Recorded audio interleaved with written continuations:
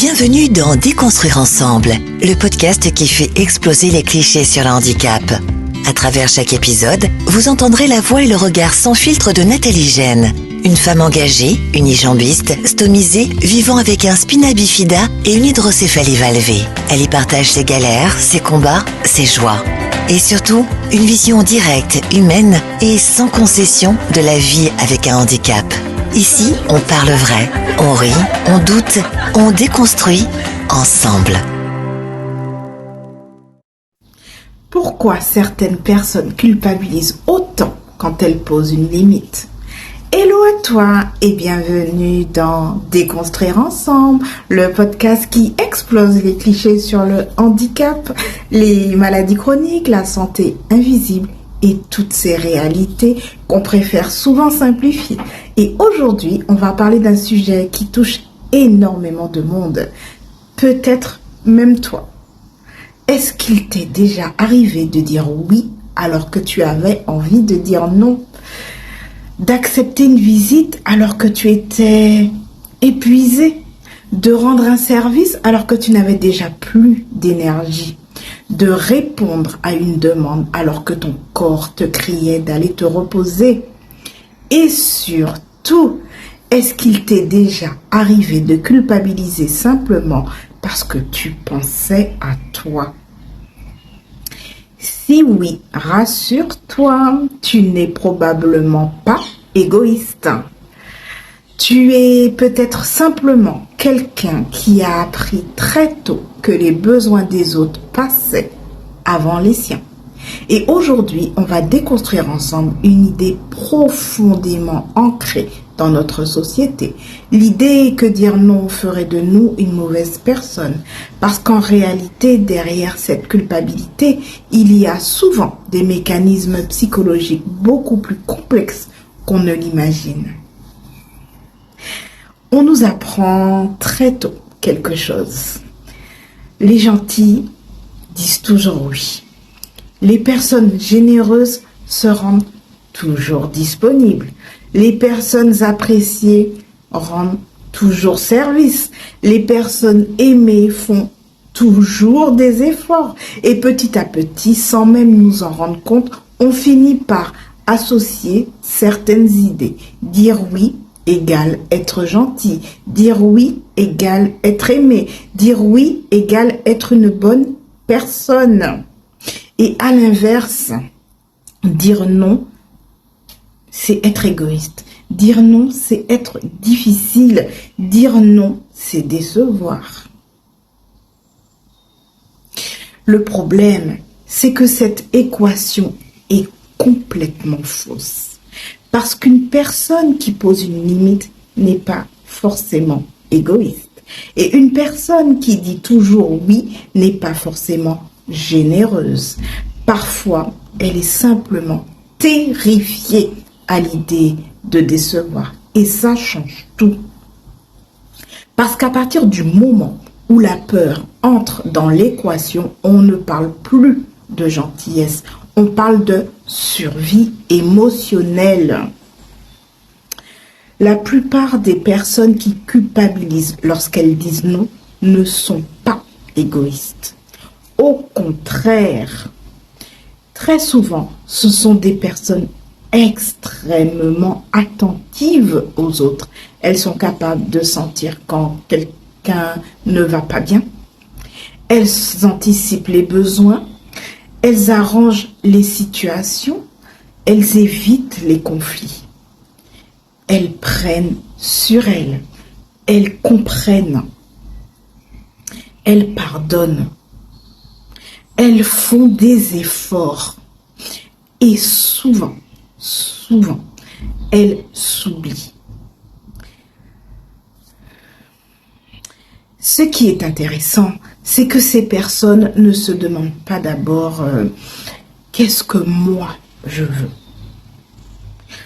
Elles se demandent comment l'autre va réagir si je dis non. Et cette différence est énorme parce qu'elles vivent souvent en fonction des réactions potentielles des autres. Elles anticipent, elles imaginent, elles se projettent, elles pensent, si je refuse, il va être déçu. Si je refuse, il va mal le prendre. Si je refuse, je vais passer pour quelqu'un de froid, de méchant. Si je refuse, on va croire que je ne pense qu'à moi. Et à force, elles ne vivent plus selon leurs besoins, elles vivent selon les attentes qu'elles imaginent chez les autres. Parlons maintenant du cœur du sujet. Pourquoi certaines personnes culpabilisent-elles autant? Très souvent, parce qu'elles ont développé ce qu'on appelle le people pleasing. Derrière ce terme anglais se cache une réalité très simple. Le besoin excessif de plaire. Mais attention, il ne s'agit pas simplement d'aimer faire plaisir, non. Faire plaisir est quelque chose de sain lorsqu'on le fait librement. Le problème apparaît lorsqu'on ne se sent plus libre de refuser quelque chose ou un service à quelqu'un. Et c'est là qu'intervient la peur. Certaines personnes ne disent pas oui par générosité, elles disent oui par peur. Par peur du rejet, par peur du conflit, par peur de l'abandon, par peur d'être mal vu, peur d'être moins aimé. Et cette peur ne vient pas de nulle part. Souvent, elle a été apprise, parfois dès l'enfance. Certaines personnes ont grandi dans les environnements où il fallait être sage, discrète, arrangeante, facile à vivre. Alors le cerveau a enregistré une règle. Si je suis agréable, je serai aimé. Si je suis gentil, je serai récompensé. Et cette règle continue parfois à fonctionner à l'âge adulte, même lorsque la situation a changé. La peur du conflit, je vais vous expliquer ce qu'elle cache vraiment. Beaucoup de personnes disent « Je n'aime pas les conflits » et je vous assure que je suis l'une des premières à le dire. Mais derrière cette phrase, il y a souvent quelque chose de plus profond. Parce que ne pas aimer les disputes, c'est normal. En revanche, avoir peur d'un simple désaccord, ce n'est pas la même chose. Certaines personnes vivent le désaccord comme une menace. C'est mon cas. Comme si une limite risquait de cesser la relation. Comme si un refus risquait de détruire le lien. Alors, elles évitent. Elles sourient. Elles disent oui. Elles prennent sur elles. Mais tout ce qui n'est pas exprimé finit par s'accumuler. Et ce qui s'accumule finit par peser. Une limite qu'on n'ose pas poser ne disparaît pas. Elle se transforme souvent en frustration, puis en fatigue, puis en ressentiment, et parfois même en colère. Pas forcément contre l'autre, mais contre soi-même. Parce qu'au fond, on sait qu'on s'est abandonné. Moi aussi, pendant longtemps, j'ai eu du mal à poser des limites. Pas parce que je ne savais pas ce que je voulais. Je savais quand j'étais fatiguée. Je savais quand je n'avais pas envie de rendre un service. Je savais quand je n'avais plus l'énergie. Mais je n'osais pas toujours le dire. Parce que pendant longtemps, j'ai porté une peur très profonde. La peur qu'on aime moins si je dis non. Et ça, il faut vraiment l'expliquer. Quand tu as peur qu'on t'aime moins parce que tu poses une limite, tu ne vis pas le non comme une simple réponse. Tu le vis comme un risque affectif. Comme si dire non pouvait fragiliser le lien. comme si préserver ton énergie pouvait faire de toi quelqu'un de moins aimable. Alors, je faisais comme beaucoup de personnes. Je disais oui. Jusqu'à très récemment, hein. Même quand j'étais fatiguée, je disais oui. Même quand je n'en avais pas envie, je disais oui. Même quand mon corps me disait clairement d'arrêter, j'y allais. Et après, évidemment, je me retrouvais épuisée, pas seulement physiquement, épuisée intérieurement. Parce qu'il existe une fatigue particulière lorsqu'on se trahit soi-même pour ne pas décevoir les autres. Puis un jour, j'ai compris quelque chose. Une personne qui m'apprécie réellement ne devrait pas m'apprécier uniquement lorsque je suis disponible. Elle ne devrait pas m'apprécier uniquement lorsque je dis oui à un service. Parce que sinon, ce n'est pas vraiment moi qu'elle apprécie. C'est le service que je lui rends. Aujourd'hui, je vois les choses différemment. Si je pense non, je dis non. Si je suis fatiguée, je peux dire non, aujourd'hui, je préfère me reposer. Et je ne ressens plus le besoin de me justifier pendant 20 minutes. Bien sûr, il m'arrive encore parfois de me justifier. Les vieux réflexes sont tenaces, vous savez. Mais aujourd'hui, je ne culpabilise plus. Et surtout, j'ai compris quelque chose d'essentiel. La réaction des autres ne définit pas la valeur de ma limite. Si quelqu'un se fâche parce que je dis non, cela ne signifie pas automatiquement que j'ai tort.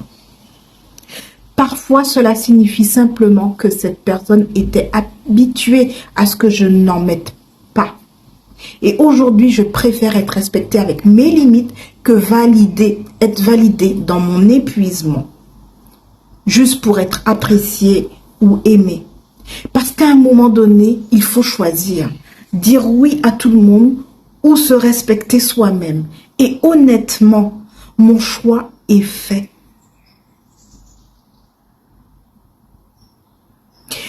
Quand on vit avec un handicap ou une maladie chronique, cette difficulté à poser des limites peut être encore plus forte. Pourquoi? Parce qu'on développe souvent une peur particulière. La peur de déranger.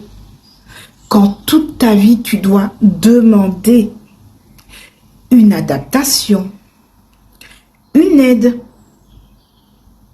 un aménagement, du temps, de la compréhension, un transport. Tu peux finir par croire que tes besoins sont un problème et cette croyance est destructrice. Parce qu'elle pousse certaines personnes à minimiser leur douleur, leur fatigue, leurs limites, leurs besoins. Juste pour ne pas déranger. Et à force de ne pas déranger les autres, elles finissent par se faire du mal à elles-mêmes.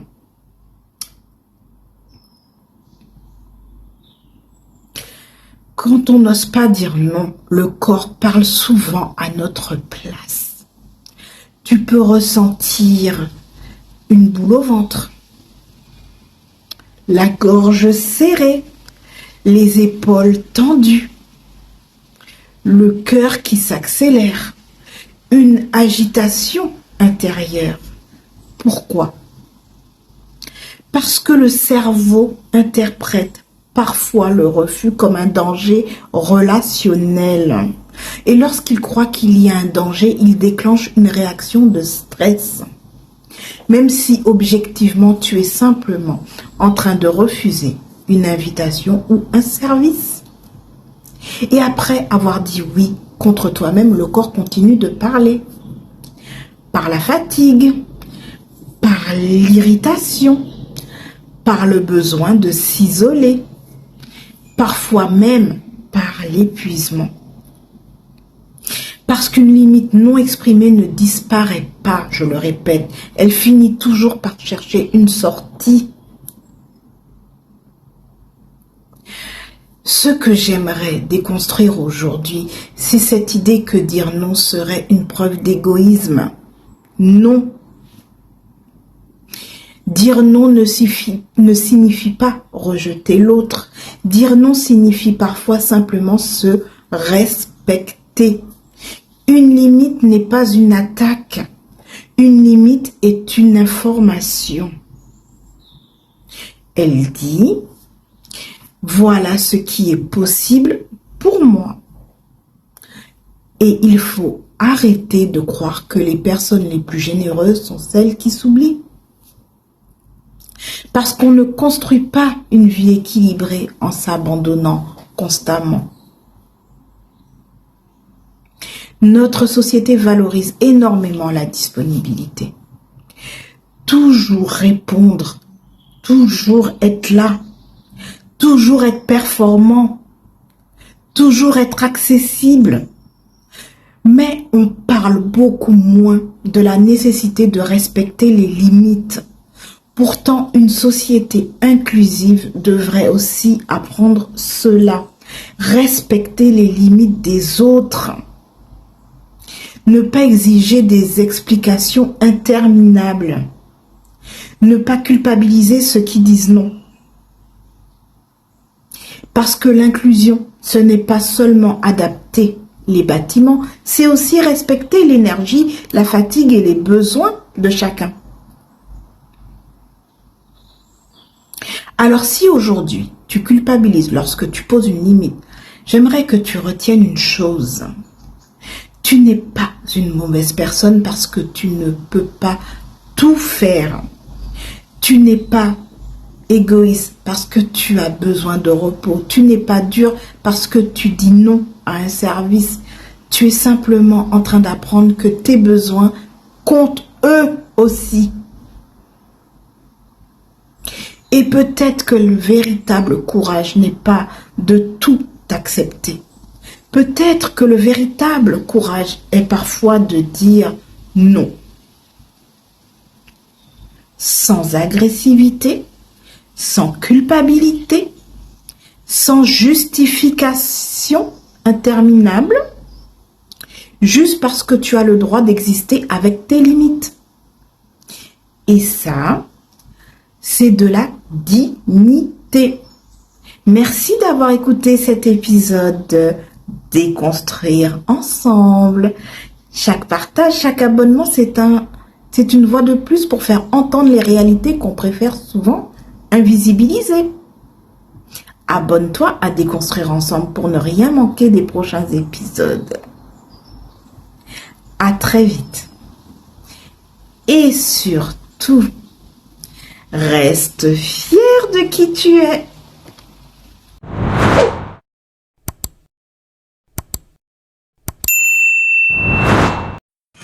Merci d'avoir écouté Déconstruire ensemble. Si cet épisode t'a parlé, partage-le autour de toi, à tes proches, sur les réseaux, dans les groupes où ça résonne. Chaque partage, chaque abonnement, c'est une voix de plus pour faire bouger les lignes. Alors abonne-toi et reste avec nous pour continuer à exploser les clichés, épisode après épisode. À très vite et surtout, reste fier de qui tu es.